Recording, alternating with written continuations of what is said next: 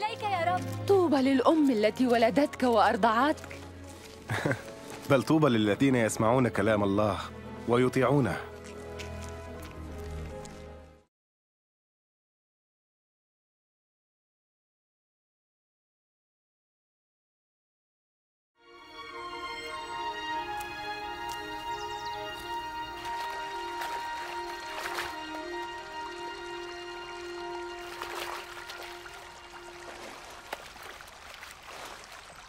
علمنا كيف نصلي كما علم يوحنا تلاميذه. متى صليتم قولوا: أبانا الذي في السماوات، ليتقدس اسمك، ليأتي ملكوتك، لتكن مشيئتك كما في السماء كذلك على الأرض. خبزنا كفافنا أعطنا اليوم، واغفر لنا خطايانا كما نغفر لمن يذنب إلينا، ولا تدخلنا في تجربة لكن نجنا من الشرير.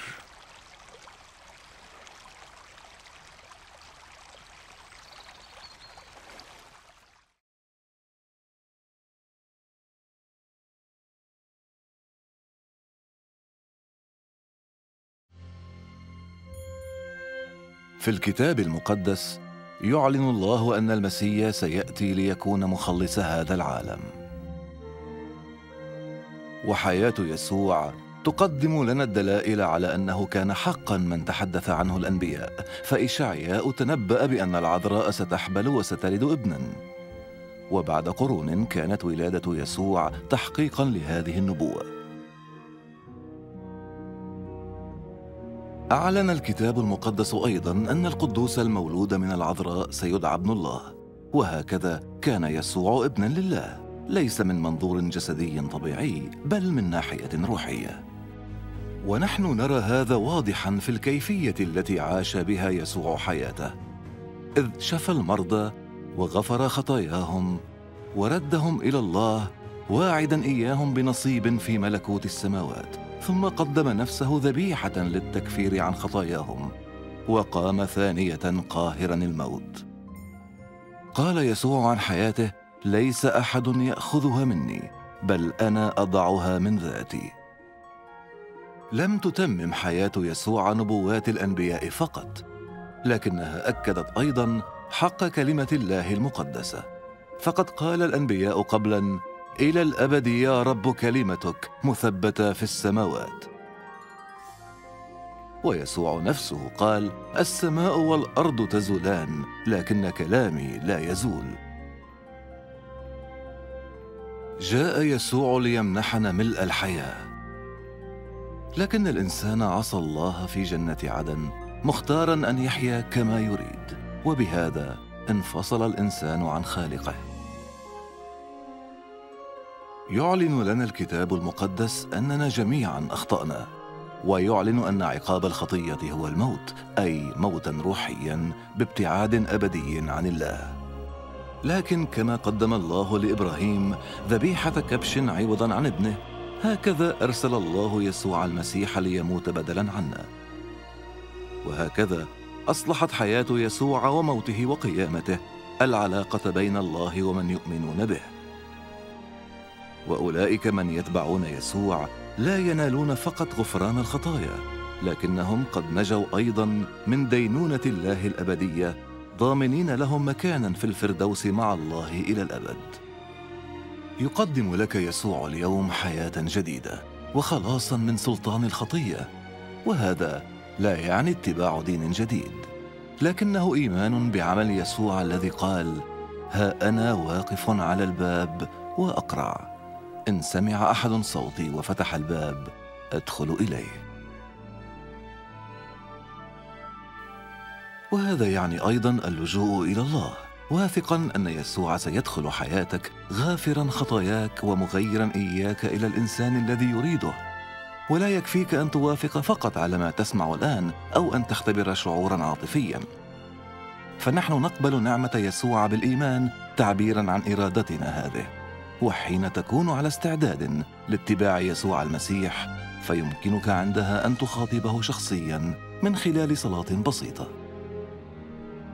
قد ترغب الآن بأن تسلم حياتك لله. إن رغبت بهذا، فيمكنك أن تصلي هذه الصلاة بصمت في قلبك. أيها الرب يسوع، أنا أحتاج إليك. أشكرك لأنك مت على الصليب لأجل خطاياي. أعترف الآن بخطاياي وأتوب عنها. أنا أفتح الآن باب قلبي وأقبلك مخلصاً ورباً.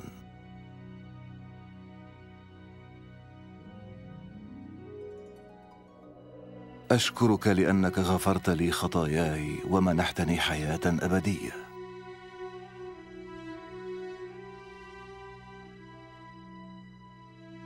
اجعلني ذلك الإنسان الذي تريدني أن أكونه، بينما أصبح واحداً من أتباعك. آمين.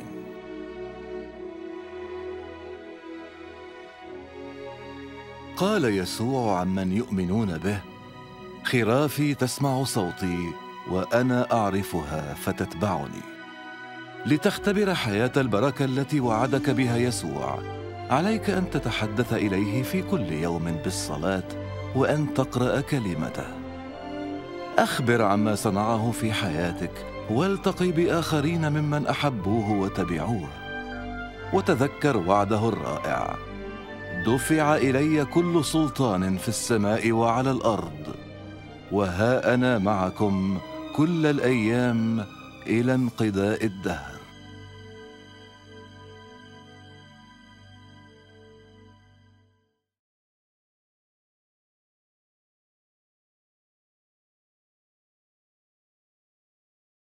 Nous avons besoin de toi, maître.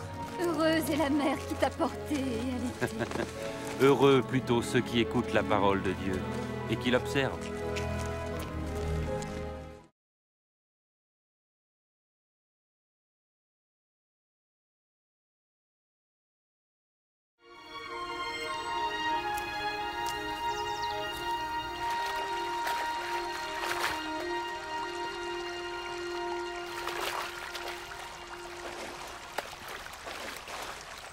Apprends-nous à prier, comme Jean l'a appris à ses disciples. Quand vous priez, dites: Notre Père qui es aux cieux, que ton nom soit sanctifié, que ton règne vienne, que ta volonté soit faite sur la terre comme au ciel. Donne-nous chaque jour notre pain quotidien. Pardonne-nous nos offenses, comme nous pardonnons aussi à ceux qui nous ont offensés. Protège-nous contre la tentation et délivre-nous du mal.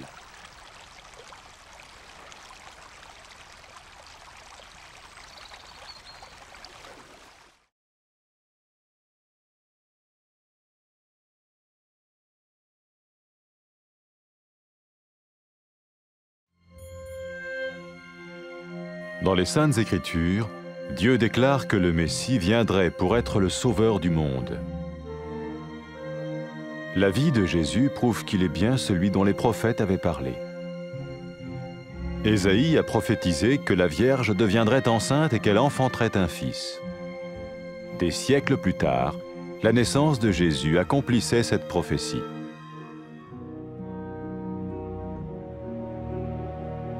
Les Saintes Écritures déclaraient que le saint à naître serait appelé le Fils de Dieu. Cela signifiait que Jésus serait le Fils de Dieu au sens spirituel et non au sens physique. Nous le voyons par sa manière de vivre. Il a guéri des malades, il a pardonné leurs péchés, les a ramenés à Dieu et leur a promis une place dans le royaume éternel de Dieu. Il s'est offert lui-même en sacrifice pour le péché à leur place. Puis il est revenu à la vie, victorieux sur la mort selon le plan de Dieu. Jésus a dit: « Personne ne me prend la vie, mais je la donne de ma propre volonté. » La vie de Jésus n'a pas seulement accompli les écrits des prophètes, mais elle a aussi confirmé la vérité de la sainte parole de Dieu. Les prophètes avaient écrit: « Ta parole, ô mon Dieu, est parfaite, elle dure à toujours. » Jésus lui-même a dit: « Le ciel et la terre disparaîtront, tandis que mes paroles ne disparaîtront jamais. » Jésus est venu pour nous donner la vie dans toute sa plénitude. Et quand l'homme a désobéi à Dieu dans le jardin d'Éden, Il a choisi sa propre voie et ses actions l'ont séparé du Créateur.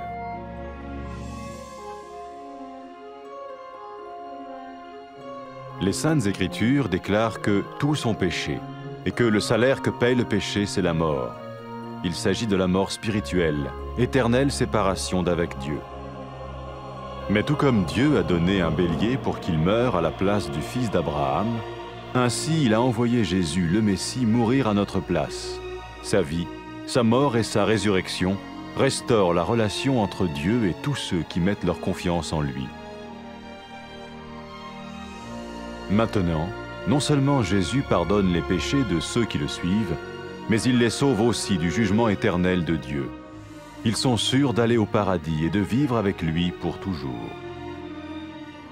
C'est cette vie et cette liberté de la culpabilité et du pouvoir du péché que Jésus offre à chacun aujourd'hui. Cela ne veut pas dire suivre une religion, mais choisir d'avoir foi en Jésus qui dit « Je me tiens à la porte et je frappe. Si quelqu'un entend ma voix et ouvre la porte, j'entrerai chez lui. » Cela veut dire se tourner vers Dieu et croire que Jésus vient dans nos vies pardonner nos péchés et nous rendre tels qu'il veut que nous soyons. Il ne suffit pas d'approuver intellectuellement ce qu'il dit, ni de vivre une expérience émotionnelle. Nous le recevons par grâce, au moyen de la foi, par un acte de notre volonté. Lorsque quelqu'un est prêt à suivre Jésus le Messie, il peut lui parler par une simple prière. Peut-être êtes-vous prêt maintenant à ouvrir votre vie à Dieu. Si oui, vous pouvez vous joindre à la prière suivante, silencieusement, dans votre cœur. Seigneur Jésus, j'ai besoin de toi. Merci d'être mort sur la croix pour mes péchés.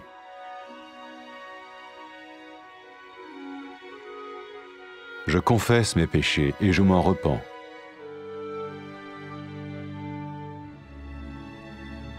Je t'ouvre la porte de ma vie et je te reçois comme mon Sauveur et Seigneur.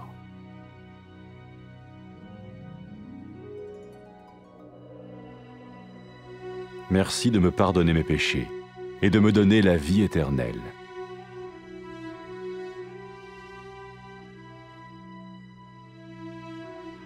Fais de moi le genre de personne que tu veux que je sois.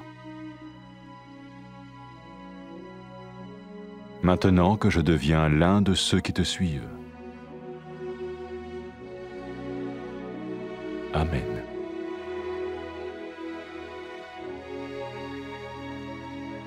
Jésus a dit à propos de ses disciples, « Mes brebis écoutent ma voix, je les connais et elles me suivent. » Pour expérimenter la vie en abondance promise par Jésus, ceux qui le suivent parlent à Dieu chaque jour dans la prière et lisent ou écoutent sa parole.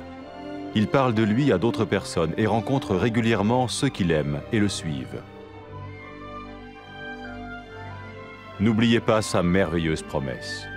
Tout pouvoir m'a été donné dans le ciel et sur la terre. Et sachez-le, je vais être avec vous tous les jours jusqu'à la fin du monde.